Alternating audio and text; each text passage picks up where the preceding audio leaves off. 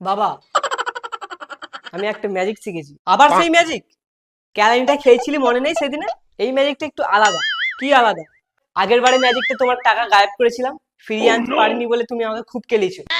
এবারে সেম, তোমার মানিব্যাগ থেকে টাকা গায়েব হয়ে যাবে, আমি ফিরিয়েও আনবো না, তাও তুমি আমাকে কিচ্ছু বলবে না।